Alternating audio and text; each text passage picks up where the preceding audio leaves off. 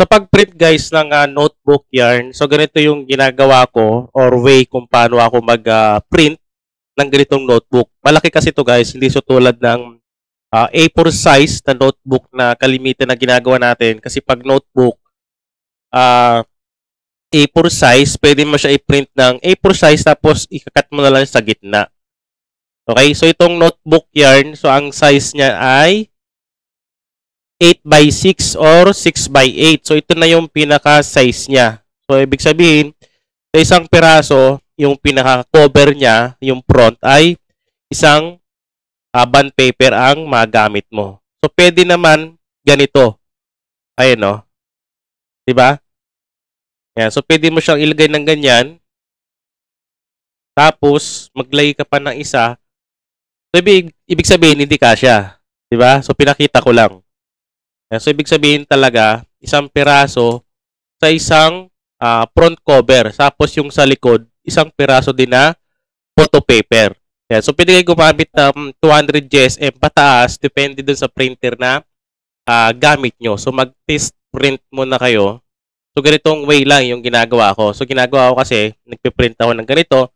Tapos, nilalagyan ko siya ng spring or tahe.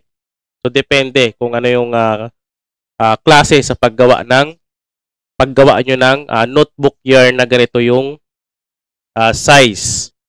Ito naman guys yung pinaka-template natin sa Canva.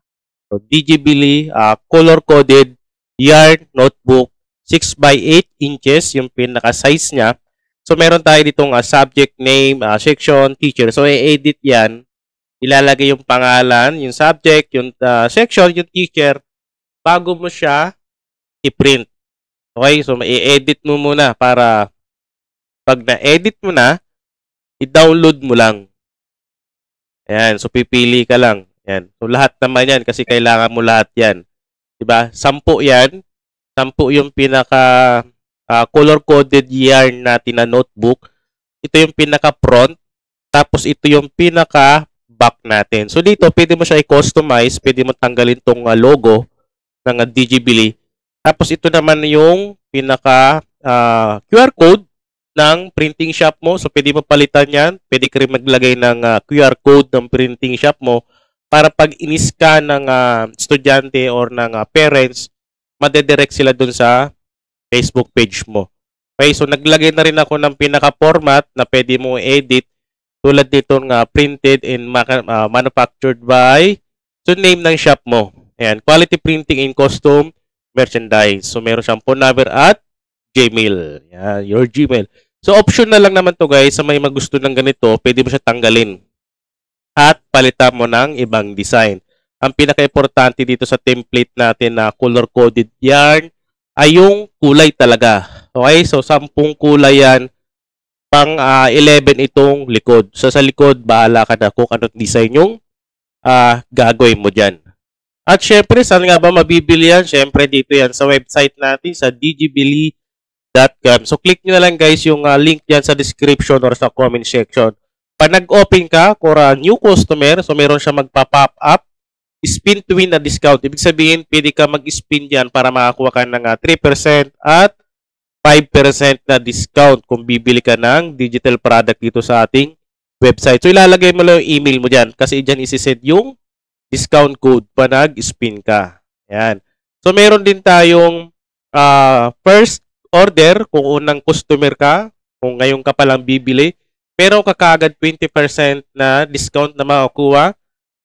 Same process, lagay mo lang yung email mo kasi dyan din yung isi-send yung code or voucher code or coupon code. Okay? Ayan. So, dito sa baba, accept na lang natin yan para mabilis yung pag-load ng website natin. So, dito sa website natin, meron tayong Canva template. Pag kinilik mo yan, puro Canva template yung lalabas dyan. Meron din tayong print 3D. Ibig sabihin, ready to print na yan. But meron din tayong Google Sheets template. So, how to purchase, click nyo na lang yan. Get in touch, download. Ibig sabihin, dito makikita yung pinorchase mo pag bumili ka dito sa ating website. Okay? So, meron tayong best-selling products, yung mga calendar natin na pang 2026. Ayan. So, Canva template lang yan, guys. So, meron tayong mga packages dyan. Ayan, naka-sale siya. At dito sa baba, meron pa tayong get 10% off coupon code back to school. Ika-copy paste mo lang. So meron lang siya minimum amount. At meron din siyang hindi siya pwedeng gamitin dito sa ating calendar. Pero sa ibang digital product natin ay pwede mo siyang magamit. Okay? So ito naman yung mga sale natin. Save more with our sales peak. Ayan. So andito yung mga naka-sale natin. So 56 pesos. Oh. So ito yung pinakita natin guys. Yung Digibili color coded yarn. 56 pesos lang yan. So gawin natin dyan. I-add to cart natin yan. Yan. So, ganyan lang yung pag mag-avail. So, scroll lang natin sa baba para makita yung pinakababa. Yan. So, punta tayo dito sa pinakataas, dito sa ating basket. So, check out. Yan. So, ito na. So, gagawin mo dito, ipipill upan mo to kasi kailangan mo ng account para pa nag-login ka dito sa website natin, ma-open mo yung mga binili mo or yung mga pinorchase mo. So, andito lang yan sa download natin. Okay, so kailangan mo ng account. Yan. So, first name, last name, country, street address, town, state, postcode, phone number, higit sa lahat guys, yung email address kasi napaka-importante yan.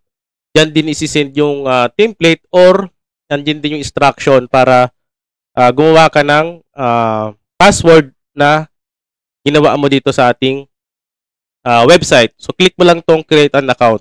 Para every time na mag-open ka o bibili ka, meron ka ng account dito sa website natin. So, sa payment method naman, meron tayong PayPal. Kung meron kang PayPal, pwede kang gumamit ng PayPal. Tapos, debit or credit card. Okay, so ang pinagkakaiba lang dyan guys, pag sa PayPal ang gamit mo, pag nag-success yung payment mo, automatic agad yan, mapupunta dito yung template na binili mo sa download profile mo. Okay? So, dito naman sa direct bank transfer, ito ay manual. Yan. So, manual to sa bank transfer. Pero kung meron kang bangko, pwede ka magbayad gamit tong land bank natin. So, andyan naman yung details niyan. At dito sa ating payment via GCash or Maya or BillEase installment. So, pwede ka mag-installment ng digital product dito sa website natin. So, gamit tong BillEase. Okay, click mo lang tong payment via Maya or GCash. And ito. Yan, so napaka-importante yan guys. Okay? So ulitin ko, pag gamit mo ay payment via Maya and GCash or BillEase installment, lalabas naman dito yan eh. So automatic yan, pag nag-success yung payment, direksyon makakagad mapupunta dito sa ating download profile yung binili mo. Dito sa direct bank transfer, manual, ibig sabihin, i-verify ko pa yung sinend mong payment. So, mas maganda gumamit ka ng PayPal kung may PayPal ka or yung payment via GCash or Maya at yung BillEase installment natin. So, dito guys, sa payment via Maya or GCash, kahit anong payment method na e-wallet, pwede dyan. So, instant ka agad yan na mapupunta dito sa download profile mo or download dashboard mo. Huwag mo lang kakalimutan na i-check to para meron ka na kagad profile. Pero meron naman instruction sa nilagay mong email. May magsisend dyan na instruction kung paano mo siya i-download yung nabili mong digital product dito sa ating website.